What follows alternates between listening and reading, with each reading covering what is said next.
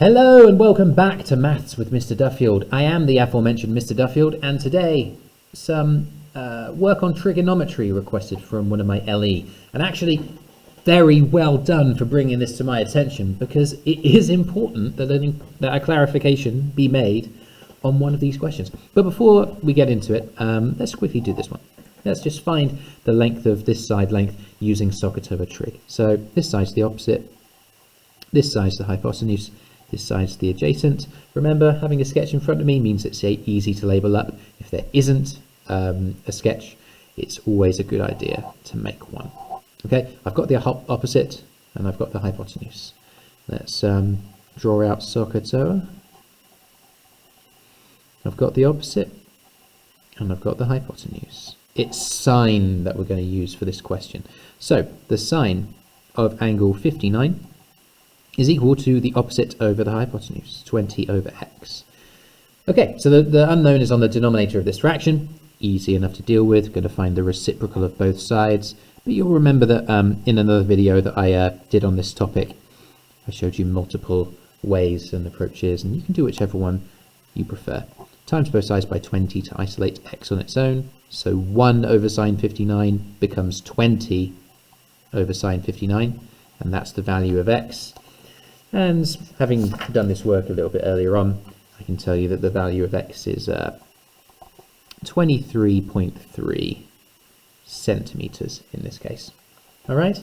Now, the main issue that was brought to my attention was on applied question 3 of this particular worksheet. A ladder is placed against the wall. The base of the ladder is 4 foot from the bottom of the ladder. The angle between the ladder and the ground is 80 degrees. What is the length of the ladder? There is a typo. There is an error in the wording of this question, which makes it awkward to deal with. Okay? And that's this second sentence. The base of the ladder is 4 foot from the bottom of the ladder. That shouldn't say bottom of the ladder. That should say bottom of the wall. Okay? Now for that reason, I think somebody's gotten a bit confused. Well done for bringing that to my attention. Let's see how that impacts and makes this question possible. So, in order to figure this out, a sketch is necessary. Okay, so I'm going to clear some space in my book, and I'm going to do a sketch. It's always wise to do a sketch, but also this question specifically does say to produce one. Okay, so I'll say that this is my wall. I'll say that this is the ground, and I'll say that this is my ladder. Wall meets the ground. Sensible assumption at 90 degrees, not necessarily always the case, but for the sake of this question, that's a safe enough assumption. We said the base of the ladder, let me bring this worksheet across again. The base of the ladder is 4 foot from the bottom of the ladder, the original wording, would make no sense. The base of the ladder is the same as the bottom of the ladder. So that's what kind of tipped me off that was weird.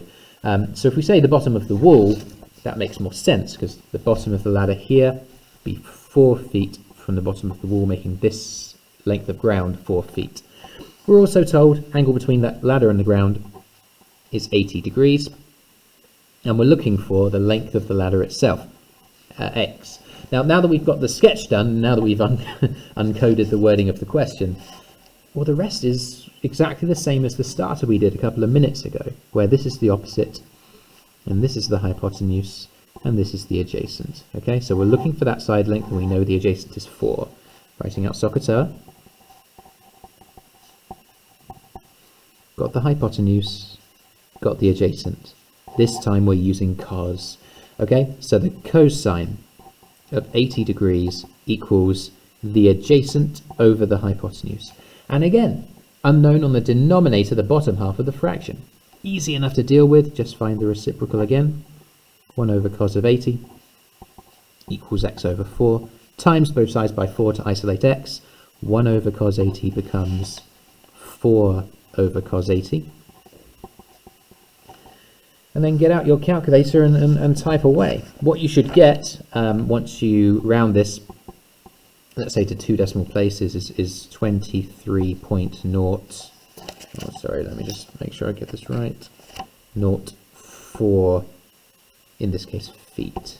Okay, straightforward enough. Just bear in mind it's 23.035 on the calculator. That's why it rounds up to 0.04. Yeah, obviously a typo with the question has led to some confusion. I hope that that helps, and more practice of being able to deal with when your unknown side length is on the denominator of the fraction.